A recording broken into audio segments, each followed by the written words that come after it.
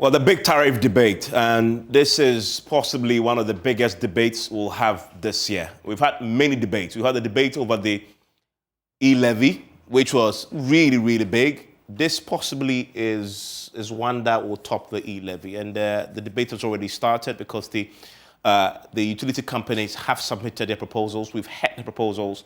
It's now being considered by the PULC. By the PULC, they need to consult, and so they are doing just that. What do we know so far? We know that this is a major tariff review, and the utility companies have now submitted their proposals, and this is going to cover 2022 to 2027, and it is the last time this was done in 2019, and so this is a 3-year period that this is now having to kick in, and this is the process, and you've seen the PULC already engaging there. The process is what we have on the screens here.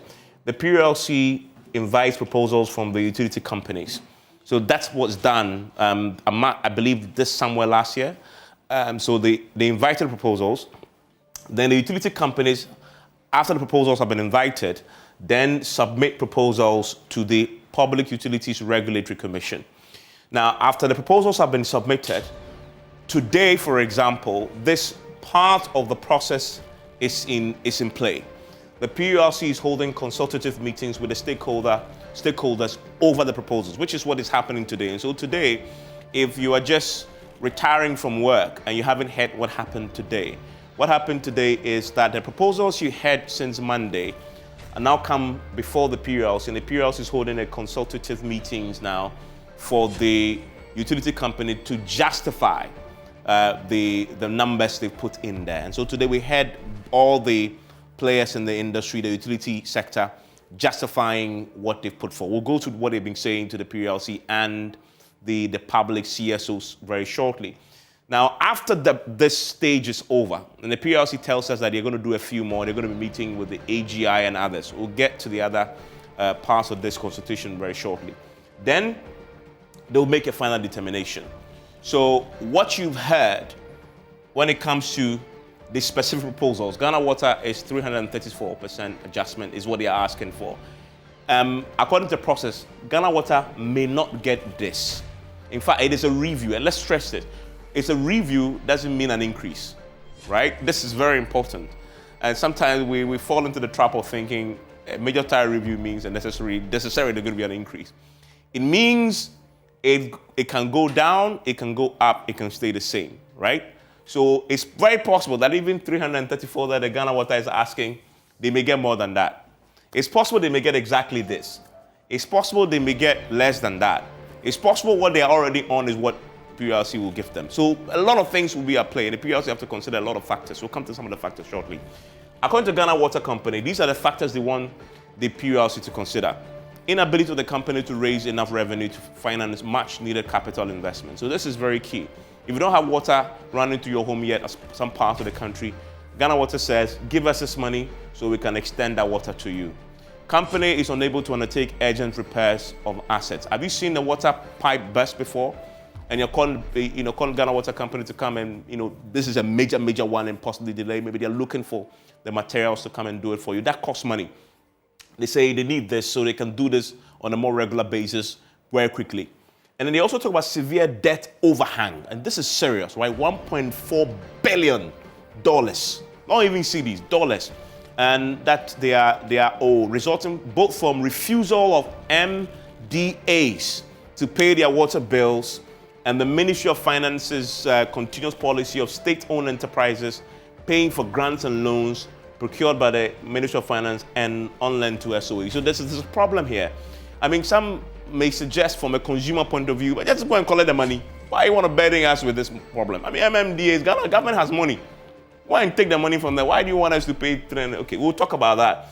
And then there's depreciation. As for this, we all know this, right? Depreciation is a big deal for all of them. So that is water. This is ECG. And I know many of you, I must confess though, many people haven't even been talking about the Ghana Water one. I mean, Ghana Water, we don't really care as much. I must confess. I mean, everybody's saying ECG, ECG, ECG.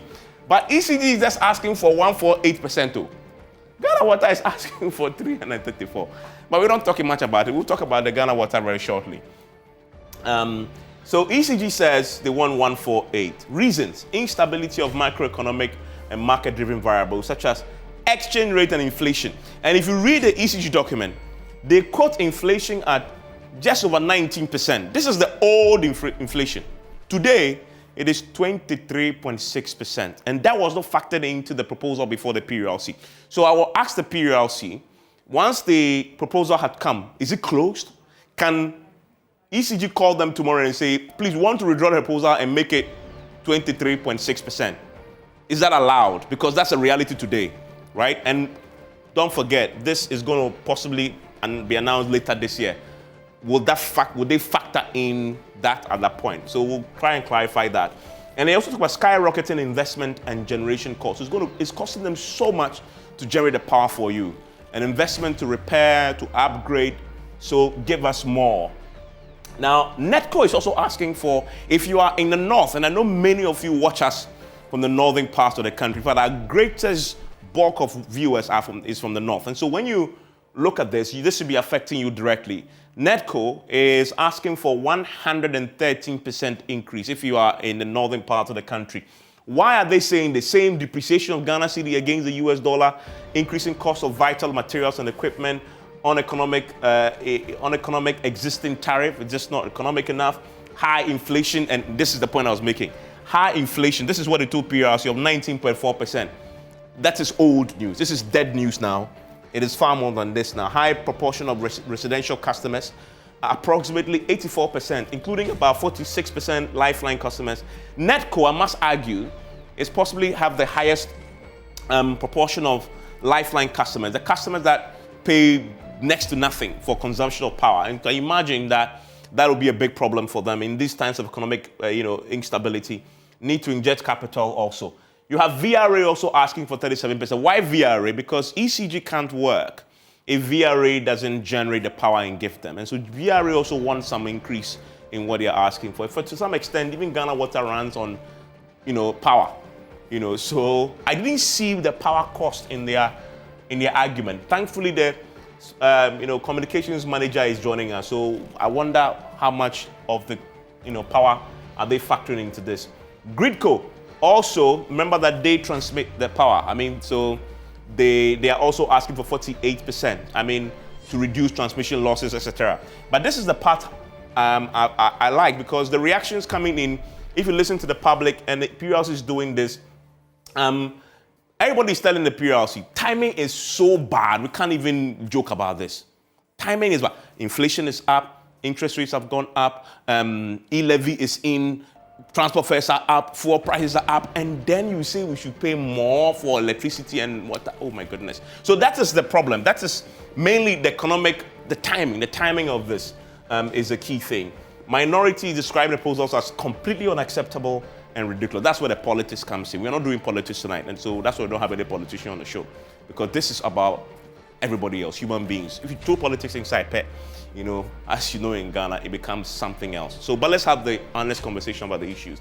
Civil society groups agree in principle that the tariffs should go up, right? The question is how much and what do you use the money for? They say, let them show us that they can be efficient and maybe they can earn what they are asking for.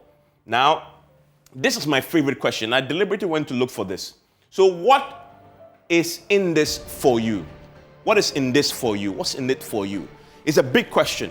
So assuming that we give them all they ask, what is Ghana Water Company promising to do for us?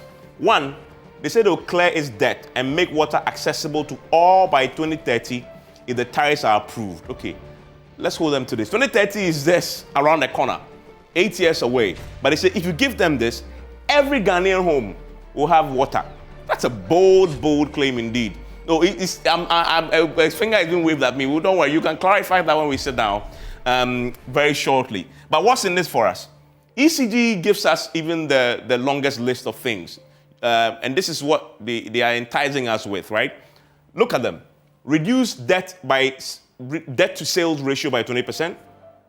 Connect customers within 5 days after payment. They say if you approve the payment, if you agree to pay the 148% increase, if you have a meter problem, they will connect you within 5 days after you paid. right? So pay attention to what ECG is promising you. Revenue will increase. They say they'll work to increase revenue by 98%. That is very good. They also they'll say if you pay, they'll achieve system loss of 20%. System loss is just about 30% now. So they're going to reduce it significantly, right? Provide value-added services to you, the customer, if you agree to pay more. Other revenue will increase by 10%. Other revenue that they get will also go up by 10%. They say they also deliver 95% of projects on time. The projects that will make sure that the power comes to your home faster, reliably, they will make sure that they deliver 95% of the projects will be done on time if you give them the money. And finally, achieve at least 70% of customer satisfaction. This is my favorite part. How do you even measure this? But they say they would achieve 70% of customer satisfaction. So this is the enticement that ECG is offering to you. Pay me this and I'll deliver all this to you. 1, 2, 3, 4, 5, 6, 7, 8. 8 goodies from ECG to you if you pay more. But I have a question. Chicken and the egg. Why can't they do this now? And then when they finish, they will pay them. I mean, they should render the service now. Who renders the service after you've paid? Well, sometimes that happens too. Is that a fair question to ask? Why can't ECG and Ghana Water do the things they say they will do if we pay them? Why haven't they done it already? So is it fair to use this to try and entice us? When we return, they will answer these questions for us and they will break the issues down. Dr. Steve Mattel, good friend of mine, is joining me. He's with ISODEC. He's an expert in this area, has worked with ECG and Ghana Water in terms of previous conversations around these areas. He's joining me, my guest tonight. Also joining me tonight is the manager for Ghana Water Corporate. He's also joining me, Stanley Mate. Thankfully, we have the PRO, the spokesperson for the PRLC is also joining us tonight. We're going to have a good conversation, so please don't go anywhere.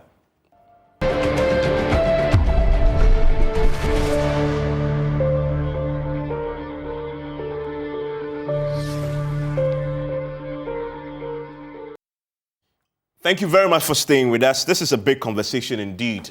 Let's have it. You've seen the breakdown, so let's get the part that the documents did not capture. Joining me right now in the studio is Stanley Mate, Communications Manager, Ghana Water Company. He's in the studio with me. Stanley, thank you very much for your time. Also joining me on the phone is his colleague from the ECG, William Boateng. He's the Director of Communications, and he joins us quickly on phone. He has an event tonight, and so he'll be very brief with us, and so he can leave. We can dissect the things he says later.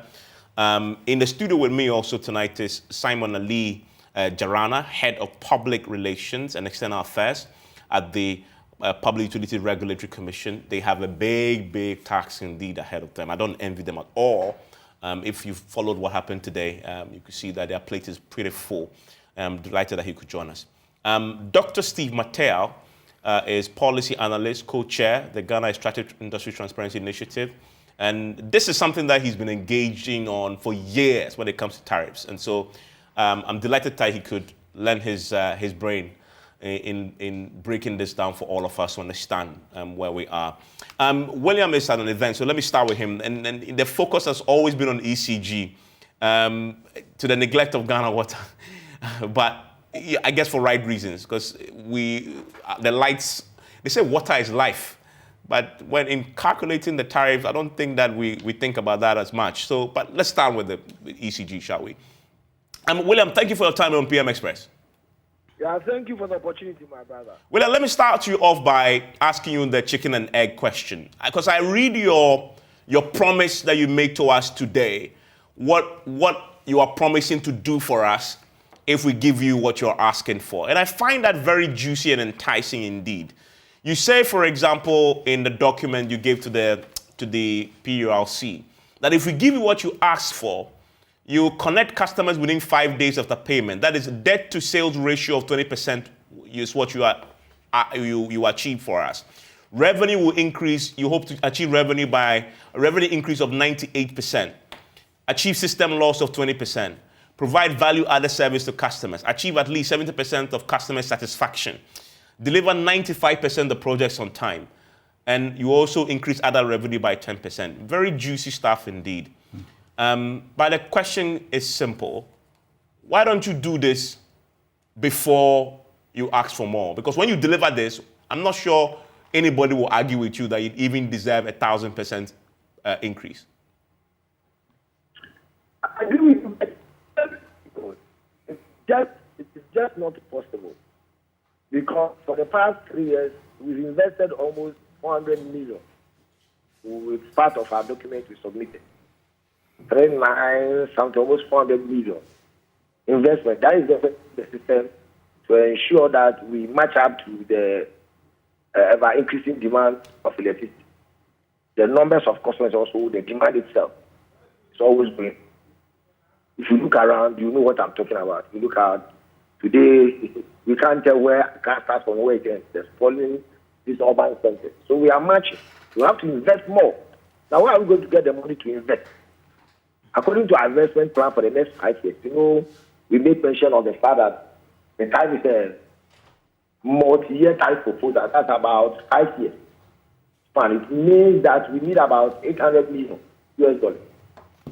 We have to get the money from somewhere. We don't have the books. There's no way we can go any of the banks locally to give us anything. But nowhere. But they will look at your return and how you can go to pay for that particular. That's why we are asking that let's share. And that's why we are prepared to spread, the tariff structure so that they help us.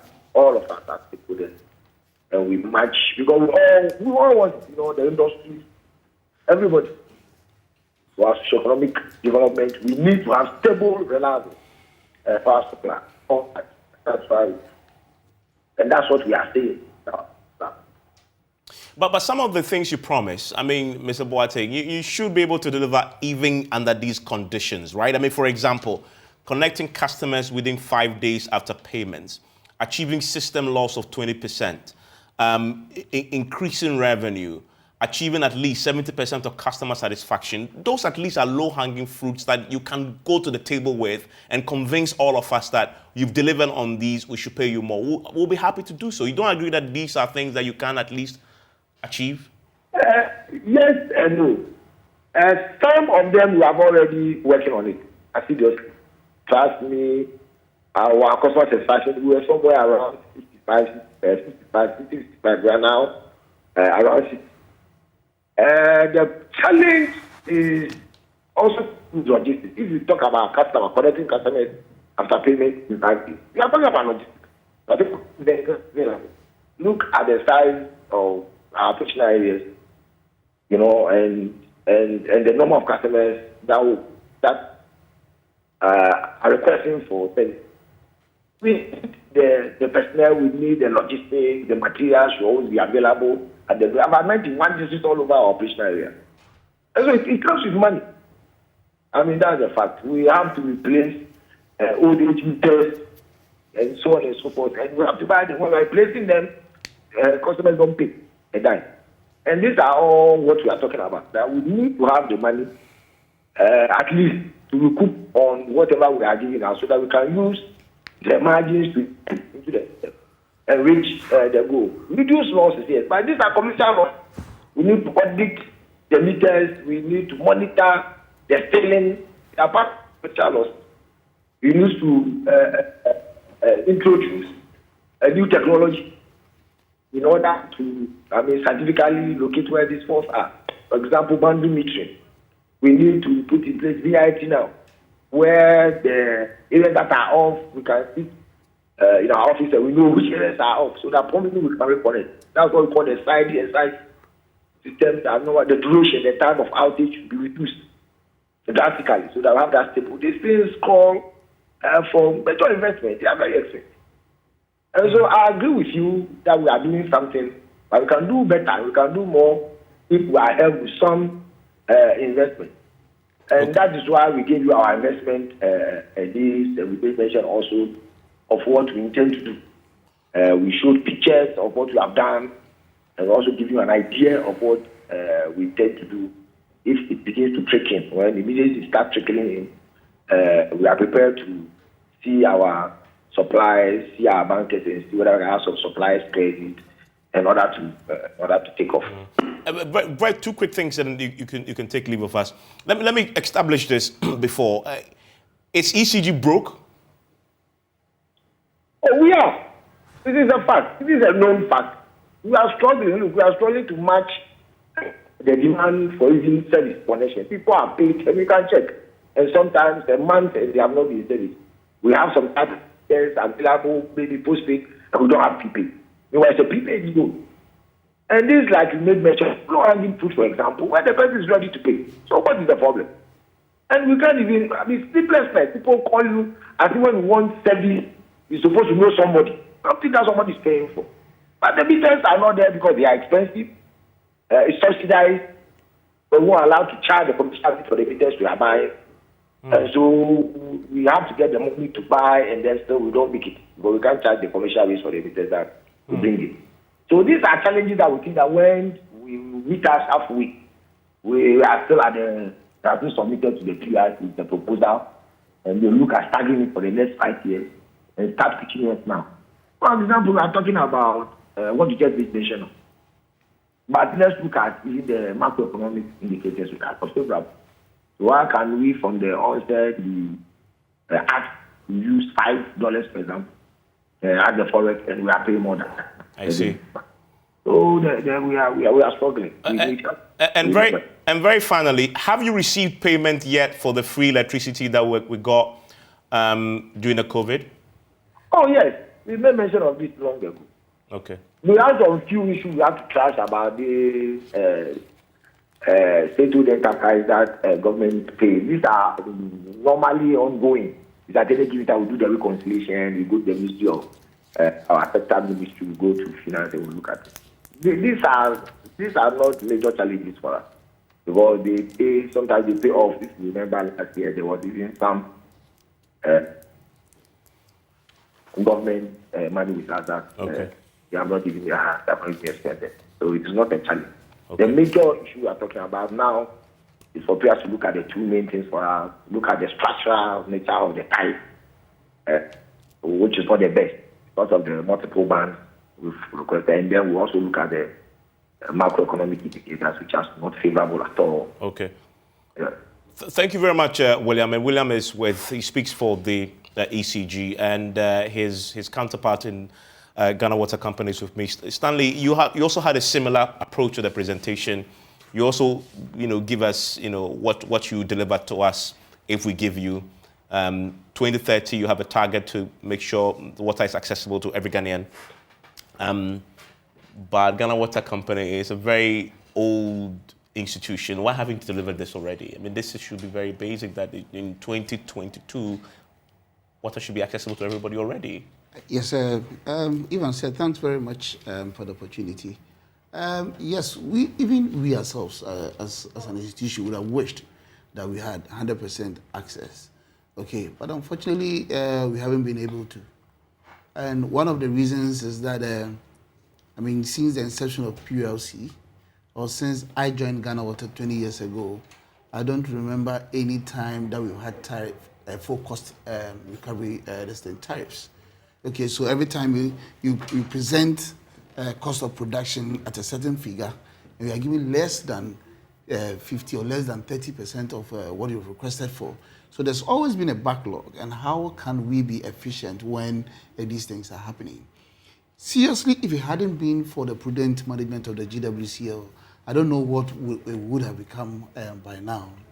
As I speak, there are a lot of projects that we have done, okay, with a little revenue that we generate, okay, and that is how come we are able to stay afloat. So, for instance, we by ourselves, okay, introduced and established our internal performance improvement programs, where we gave ourselves targets. We signed contracts from the ministry through the board to management, and it's cascaded down to the lowest staff. Okay, where everybody had a target and you needed to meet that target and then be rewarded. Okay, and that changed, or that has changed our lives as a company. Okay, so for instance, around 2014, 2015, we were collecting around 14, 15 million monthly Ghana cedis monthly. Now we are collecting in close to 90 million Ghana cedis. So we are able to do a lot of things. Okay, but if you look at the last tariff that was given to us, 2018, I'm saying 2018 because 2018 they gave us the tariff. 2019 there was an adjustment. ECG was adjusted upwards, and then you stayed where you are. And then we stayed where we are. Okay, so from 2018 till now, we are still using the same tariff. Now look at the currency depreciation from 2018 till now, and if I have to tell you the investments that we've done over the period, you will marvel, and then you realize that we are really working. So if you don't get the support of the general public in payment realistic tariffs, then to get to a point where the GWCL may go to a halt. But that won't happen. Or we wouldn't allow it to happen because that is where I also eat. Okay, that is where I earn salary and I can take care of my family. But it's not you, but the government won't allow it to happen. We hope so. But that's what has happened over the years. But the thing is, there's no subvention from government. Okay, we pay ourselves, we work hard, we pay ourselves, although we are a government entity. Oh, so Ghana Water Company, you pay yourselves from what you earn? Yeah, exactly. So we wouldn't allow it to happen. Even if government tries it, we wouldn't allow it because then what do we do? What do I do? How do I fend for my family? You understand? So we are doing everything possible to ensure that we function. But the thing is, you don't have to put us under stress throughout our lives. Now, most of our staff just go on retirement and they die. And we have data on that one. You understand? It's really? Because throughout your lifetime working, you're under stress. You understand? It shouldn't happen. How many people have gone on and have died and you... Well, we have the data and we don't have to discuss this. We want our tariffs. So but you want tariff? Yes. But 334%? Did you acknowledge that we can't pay this? You acknowledge that? 34% of which base value? That is what we should ask. You understand? Now, the current base value is 6.9 Ghana cedis per cubic meter. Okay. So this comes to what? Per cubic meter now, if you get this. That will come so then this one will send us to, let's say, 28 cedis. Now, from 6 cedis. Wait. Don't scream. Wait. Now, from 6 cedis to 28 cedis. You see the packaged water that we buy? Okay. Let's say the 500 milliliter bottle. Okay. We buy it at 1 cedi on the street. I mean, you go to some places. Yes, that's a small bottle. Small one. That's 500 milliliter. So 2,000 of those ones is equivalent to 1 cubic meter. Okay. So it means that 1 cubic meter of packaged water is 2,000 cedis. We are okay to buy it, but we are saying 28 cedis, and you're screaming. Okay, so 28 cedis, equivalent. What we buy for? How much did you say again? 20. You see the 1 gallon, 4.5 liters. Yes. Okay, so 40 of that will give us 1 cubic meter. Okay, and we pay 6 cedis for this now. And we are paying 6.9 cedis. For it now. And equivalent of that in mineral water, which is what you're referring to, the bottled water. Exactly. Is what? Will be 9 bottles of that one. Okay. So will be 900 cedis. 900 cedis. Yes. Oh no, 90 cedis. Will be 9 cedis. 9 cedis. Yes. Okay. So we are paying 3 cedi more. Yes. For that, we're prepared to. So your argument that we're prepared to pay 3 cedi more for that when we buy it at the store. And that is 1 gallon. I'm talking 1 cubic meter. Okay. So 1 cubic meter is 2,000. Okay, from packaged water, and we are requesting for 28 cedis. And it's not just about 20. It's not just the 28 cedis. We have given the template given to us from PLC requested us to do 3 scenarios. So one, just operational cost. One, the other one will include the diesel. So one is just about operational cost. I thought you shut that thing down. No, it's functioning. Okay. Will give us a 19.52 cedis. One is just operational. Then it means that government is going to take our loans and no capital investment and nothing. Okay. Now, when we add capital investment, it will go on to 25 cedis. And then when we add the diesel, everything, that will give us 28 cedis. So we are just discussing the 28 cedis maximum. Okay. You understand? But we have requested for 90 cedis. The argument you make, though, because you serve every Ghanaian, remember that the majority of Ghanaians are below the poverty line or right at the poverty line. And so they will not be in a position to afford what you're asking for. So let me... Do you accept that you will not get what you've asked for? Let me explain this. We have over 800,000 customers. Okay, out of this 800,000, 88% are domestic, and then out of the domestic consumers, 45% of them are lifeline consumers. Mm-hmm. And the lifeline consumers have the lowest tariff. Yeah. You understand? So we are not even generating enough.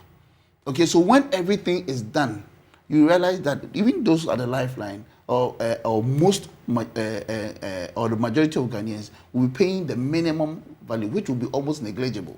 So we shouldn't panic. We should be thinking about creating strong institutions out of what we have and allowing them to stay afloat. Is this full cost recovery? At 28 cedis, full cost recovery. Okay, so if PRC gives you this full cost recovery? Full cost recovery. Okay, but you accept... And we also talk about how efficient we will be when we are giving the full this thing. What would that mean for me? What does it look like? What does efficiency look like if we give it Which this? means that we'll invest more and give you better services. Okay, so now, even with the little that we are collecting, we are investing into extension of pipelines. We are changing a lot of our pumps. For instance, our our thermal booster station has pumps that are over 50 years old. Now we've ordered new ones so that we could change them. Okay. Now the 50-year-old pumps have depreciated to the extent that they can't pump enough water into the system. So although we are producing, we can't pump enough into the system. And then we can't have the pressures that we want. So you improve So when we change them, we're going to get more water and we're going to get high pressure. Stay with me. I'll bring you in shortly. But let me quickly get the thoughts of Dr. Simata. Doc, so you've heard the argument. Are you convinced that they indeed merit what they're asking for? Well, thank you, Evans, and good evening to all your audience. I must say that I tend to look at our utility companies sympathetically. The reason being that they indeed work under severe stress, and the conditions under which they work are not the type that any foreign multinational company would want to work under. I recall we brought in a Aquabitens Rand to improve water distribution in this country. And by the time we abrogated, we actually refused to renew that contract. We had a phenomenon known as the Kufuor gallons. Remember those yellow gallons? Yes. When the facility reverted to the Ghanaian manager, the gallons disappeared. Of course, the package that was given to Aquabitens Rand were far, far more and better conditions than we give to the Ghanaian manager. Recently, I do recall when we went through ECG privatization, we were prepared to do for PDS what we were not prepared to do for our own Ghanaian company managers. For instance, when PDS took over, they asked that all the debts that ECG had at the time were ring-fenced. So it was not part of the account. Of course, those were legacy debts and you couldn't hold them responsible. But we're not prepared to ring-fence those for the old ECG. We were prepared. A year before PDS took over, we had denied ECG tariff adjustment, upward adjustment. But when PDS took over, we gladly, approved upward adjustments for PDS. And so you find that a lot of the times we don't do for our own Ghanaian entities what we are prepared to do for foreign multinationals. And I think that, of course, we need to interrogate the costs they are putting forward. And I think that is the work of the PURC. But is there a basis for an increase? Is there a basis for an increase now? There is a strong basis for an upward adjustment. If you look at inflation rate, if you look at the cedi depreciation and all that. But what the companies haven't told us is what component of this cost they are asking for is made up of transmission losses and commercial losses. These are categorized as inefficiency costs. And PURC has a mandate to ensure that inefficiency costs are not passed on to consumers. Of course, to deal with inefficiencies, you need to make investments. But if you don't make investments from tariffs, under normal business practice, the shareholders will have to cough up the money to invest in equipment renewal and all the capital investment that needs to be made. The shareholder in this case is the government, is the republic. And therefore, we have to finance these major equipment renewal and maintenance activities from our taxes. They must be budgeted for through the budget. And then in terms of the daily operations, you can actually finance those through the tariffs. So we need to disaggregate the cost. Let me ask you, since you make that point, ECG in the document before PURC says that the current system losses is 29.84%.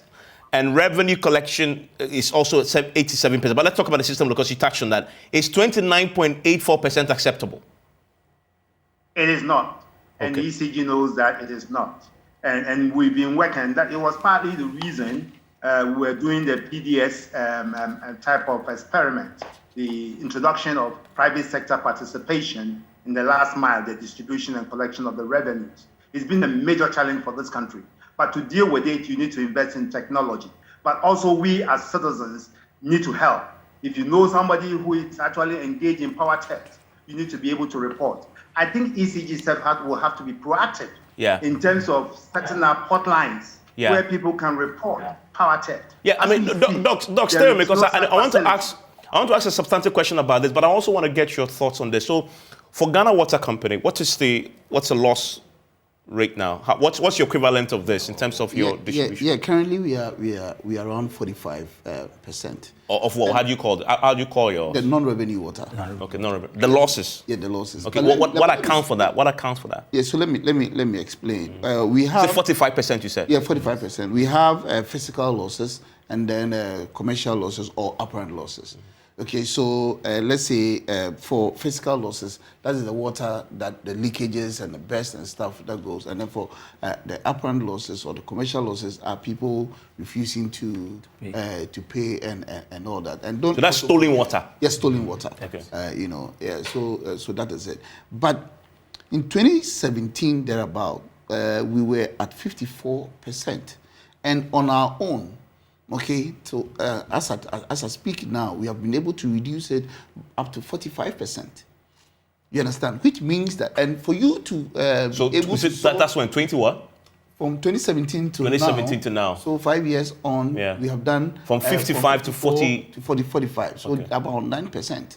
You understand? Dr. Mantel made mention of aquavitans. I work with aquavitans, okay, and the target was for them to reduce 5% annually. We weren't able to do it at the time, but on our own, within 5 years, we were able to reduce by 9%. Okay. And for you to solve non-revenue water issues, you need to invest. Okay. And we have invested a lot into the system, and that is how come we are doing this. And we are still investing because we have given ourselves a target. We want to be a world-class utility. Now, the allowable losses in the world in the water industry is around 20-25%. Okay, and you're currently at 45. Okay, and there's the likelihood that we could still do better with the investments so stay with me, Doc. So now we've had both sides. Now you've had the Ghana Water Company losses at 45%. What do you say about that? Should we discount that in approving the tariff? Yeah, I mean, in terms of industry practice, they know very well that those revenue losses are pretty high and uneconomical. So, as part of the proposal, the fact that within a short time we've done 9%. Okay, yeah. Doug, he says acknowledge. We recognize the progress you have made, but I think it's still too high. And what we need to see in your proposals is strategies and targets that actually shows that high on revenue, water, and on the part of the ECG power theft. We need to take it very seriously. As we speak, if I find somebody stealing water, I do not know what lines to call because Ghana Water has not established that facility where people can report power theft. And at least you need to have a reward system to encourage people to report. Let me give you an example. Way back in the around 2006, 2005, there was an experiment in Savelugu where Ghana Water delivered bulk water to the district of Savelugu. And then the community itself managed that bulk water. So those who couldn't afford will offer services, and people were encouraged to report water theft and all that. Savelugu during that period had the lowest water tariff in Ghana because the involvement of the community ensured greater efficiency and less loss of non-revenue water. So loss of water. So you need to have a system that actually checks non-revenue water, and we don't see Ghana Water putting in place such a system. Okay. Same with ECG. What is the laid out facility for reporting power theft? What number do I call? So we need to see a very ambitious program on the part of the utilities in terms of how they are going to reduce these losses, because they all are built often into the tariff builder. Okay, let me bring in the PURC now. Let me bring in the PURC. Thankfully, it's here. What you say about everything today? You've had a lot at your meeting. You've had a lot today too. Give me your sense of where this is going. Well, we have just kickstarted the process of engaging the stakeholders. The utilities were given an opportunity to do a presentation before the stakeholders. Questions were asked, responses were given by these utilities. And I think that the PURC, the next step after we are done with the stakeholder engagement, is to go ahead to look at the numbers and then do a tariff announcement. Yes, that is basically what we are supposed to do. But I also want to add that tariff determination goes far beyond the numbers they are bundling around. Let me indicate that there's that propaganda out there that PURC has already announced tariffs. I'm asked to indicate on this platform that we have not announced tariffs. What has been presented are proposals, and they remain to be proposals until a tariff determination is done somewhere in July. First week of July, we must be announcing a new tariff. First week of July. There must be a tariff review that will be announced to the general public. But for now, we don't have tariffs being announced by the Public Utilities Regulatory Commission. So you haven't announced anything? We haven't announced anything. We are currently undertaking the stakeholder engagement, and that is enshrined in the law. The very act that establishes PURC, that's the Act 538. Enjoins us to carry out these stakeholder engagements. And then I heard Stanley mention that he is very grateful to the PURC because this time around it appears our stakeholder engagement has been very transparent. But this is always happening. Yes, we have improved. We have the processes leading to the determination of the tariff has been very transparent. It has been very inclusive and participatory. Okay, so the PURC is there to protect the customer's interest, right? The PURC, per the Act, Act 538, is not only there to protect the interest of the consumer, but the utilities as well. But the utilities as well. But when it comes to it, our interest should be paramount. No.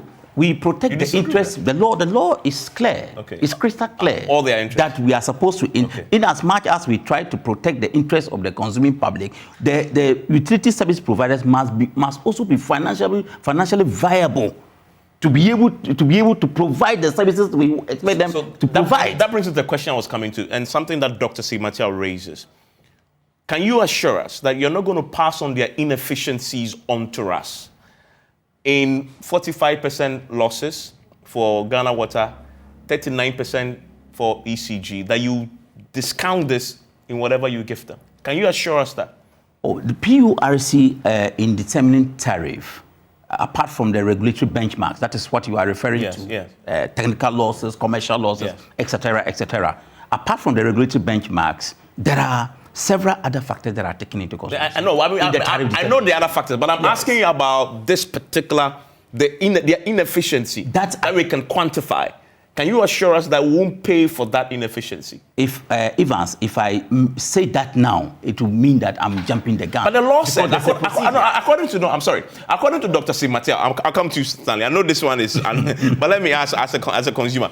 According to Dr. Sigmatial, the law says you cannot punish true or false?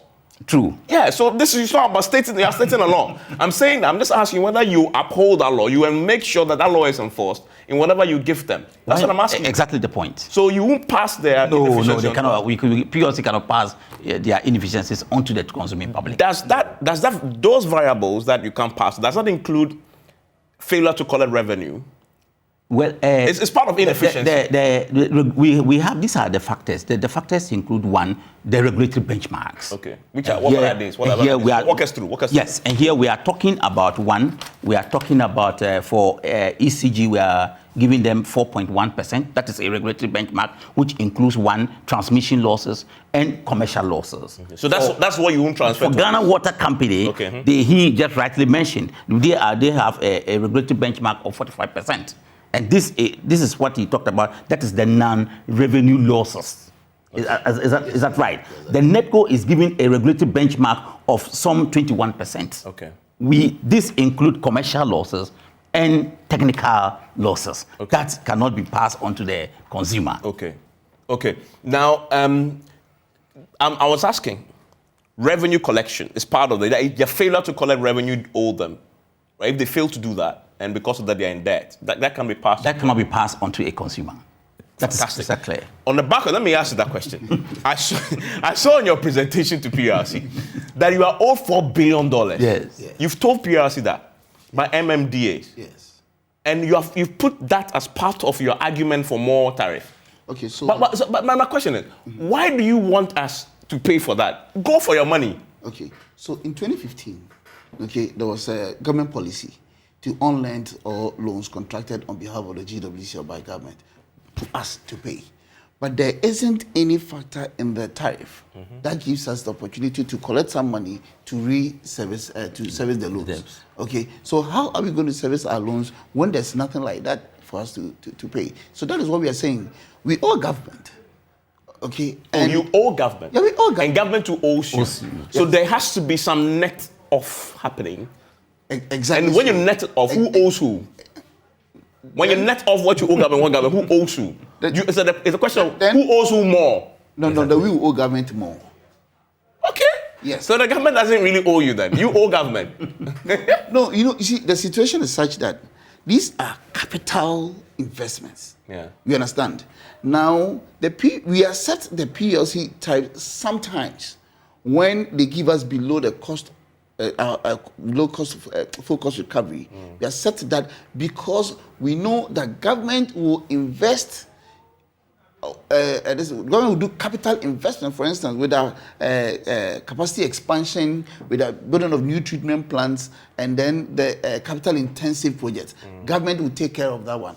Okay, so then we accept it in a way and manage the system. But if now government wants us to pay those loans, then there should be a factor within the tariff. Okay, that we will need to use to pay those loans. So we have presented everything to PLC. So PLC at the end of everything will meet government, right?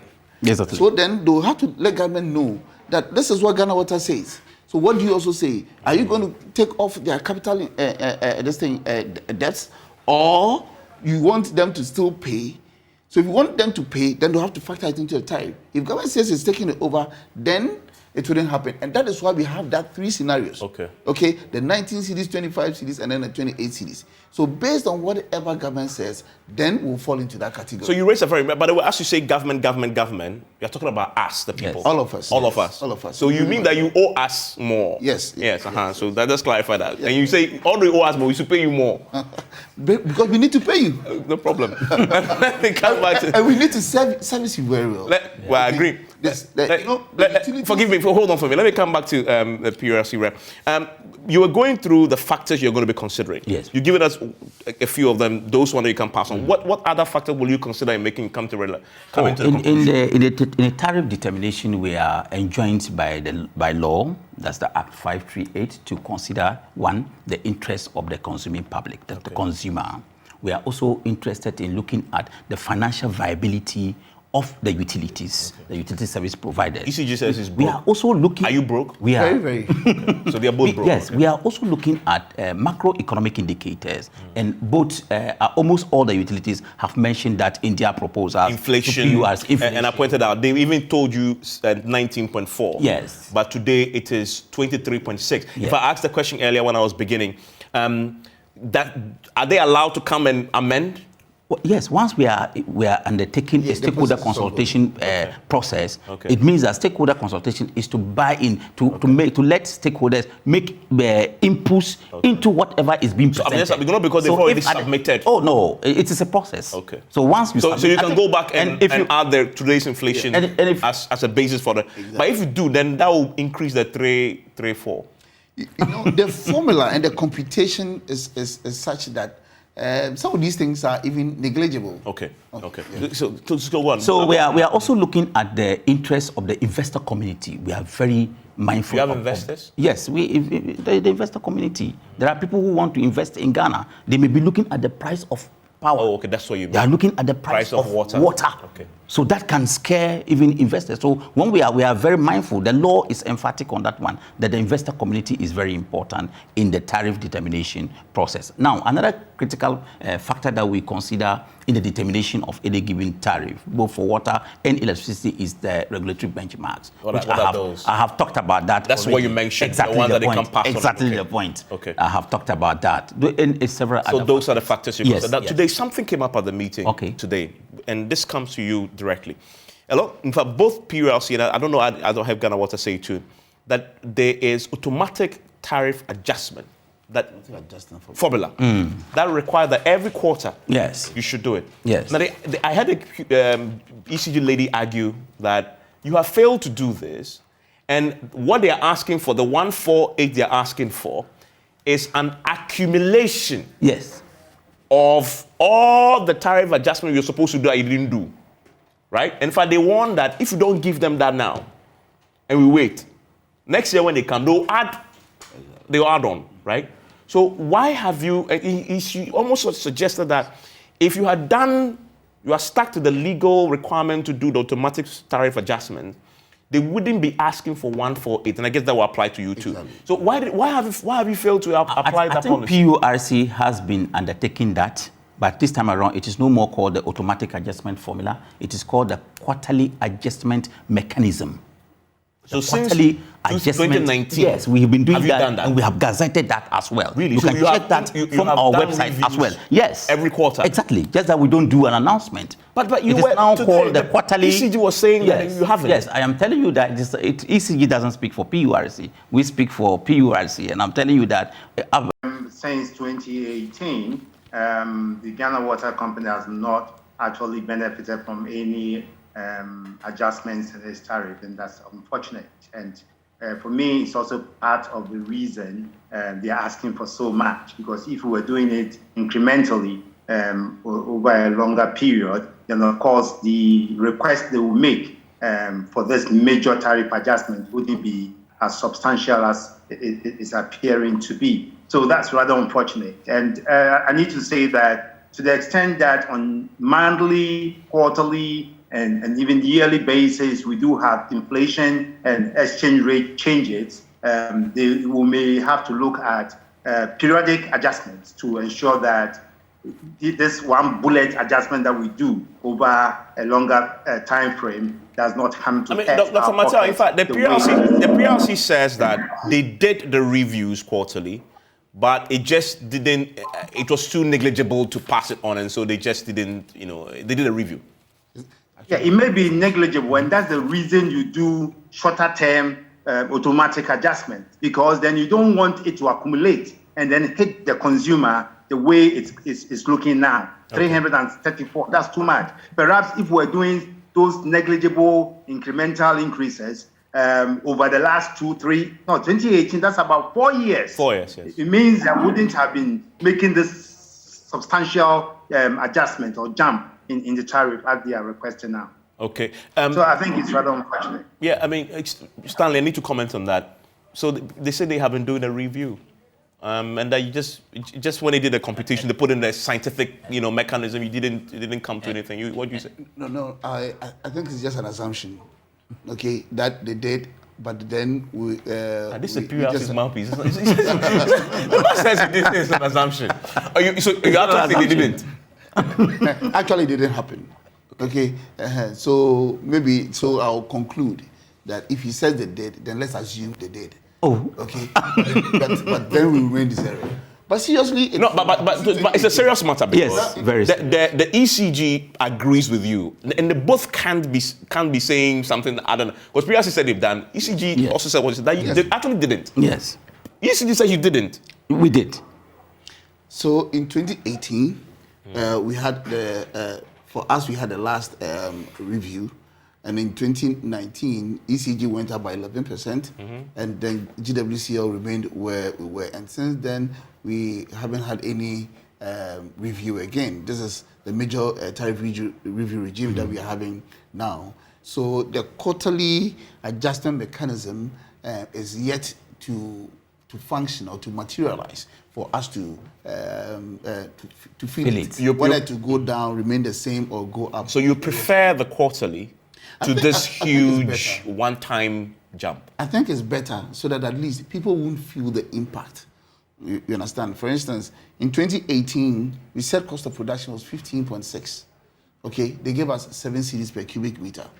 Now, assuming that with the first quarter, there was a review, and then let's say we even went to, let's say, 9 cedis, and then let's say 11 cedis, and then we're back to 10 cedis, and then, by this time, we wouldn't have felt that impact by saying 334%. The 334% of a base value of from 2018, that's 6.9 cedis. Yeah. You understand? So assuming we are around 15 cedis by now, and we are saying we want 28 cedis, okay, that percentage wouldn't be 300%. Okay. I mean, Dr. Martial, final thoughts from you. Government has a major say in this. In fact, the suggestion has always been that the reason why we always get to this point is that for political reasons, governments over the years have just made it impossible for the PULC to do its job as independently as they would have loved to do it. And Stanley Marty and Co. to also charge what they actually deserve in real terms. What should government posture be now, looking at where we are with both Ghana Water and ECG saying we are broke? If you don't do so, if you don't help us now, you run a risk of likely shutdown. What should government posture be? Well, Evans, your question leads us to a much broader issue of how we address efficiencies within our utilities. And I think in this particular instance, government is complicit in the issue of inefficiencies in the power utilities. We have a situation where the governance or the management of power utilities have been politicized. So the heads of these institutions happen to be political appointees. But as we speak, there are thousands, if not tens of thousands, of meters in the system that are not captured by ECG. And this is because most of these meters were imported and installed under the supervision of politicians and not ECG. They used to call it political meters. Some of the meters where they are. Projects. Some of them political meters, yes. There are a lot of them. If you go to the Barikesi area in the Ashanti region, almost the whole constituency are not captured in the ECG system. And and so it means that these people are consuming power they are not paying for. And now you and I will have to pay for if the PRC does not insist on taking out those inefficiencies, because that's what I call them, from the tariff builder. So government will need to desist from politicizing the PRC, not the PRC, ECG, and Ghana Water Company. The heads must be appointed professionally through the Public Services Commission, through a competitive process, and they must be given performance targets to meet. And when you do that and you depoliticize, then you are actually introducing some accountability in terms of the operations of these entities. sometimes it comes to me as very strange why, for instance, the businessmen who are now politicians will not appoint politicians to manage their businesses, but they will appoint politicians to manage state enterprises. And so if politicians were that good at managing businesses, then, for instance, you expect that most of the business moguls in the ruling party will appoint politicians to manage their businesses for them. They will not, because they know that to get efficiency into a business, you need to appoint professionals and give them targets to meet. And so that's the way we need to approach our state-owned enterprises. In recent times, SOEs have come under sharp focus. The need to address the governance challenge in our SOEs is very critical at this time. Doc, thank you very much. Final word to you. What happens now? What happens next? Oh, well, we are still engaging the stakeholders as at now. Tomorrow we'll be engaging the Association of Ghana Industries. We have engaged them. We have engaged a number of stakeholders, including the Parliamentary Select Committee on Water and Sanitation. We have engaged the media. We engaged the media actually today. And first week of July, you expect? You want to say something about end-user tariff? And then we'll be looking at that. You want to say something about end-user tariff very quickly in a minute? Oh, and with end-user tariff, I think just as part of the education that we are carrying out, the end-user tariff, there are a lot of disputes regarding what exactly the end-user tariff represents. And then the end-user tariff is determined by the computing, maybe the transmission tariff, then you have the distribution tariff, and you have also taxes and levies that constitute the end-user tariff. But yes, so the proposal they are putting across, they are just proposals as I said initially. They don't represent the end-user tariff, and PURC has not also announced any tariff as of now. Okay, thank you very much. Thank you, Stanley. I wish you all the best, Stanley. I wish you get what is fair. Sure. What is fair? Sure. What is fair to you, to us, and to everybody else. And enjoy the rest of your evening.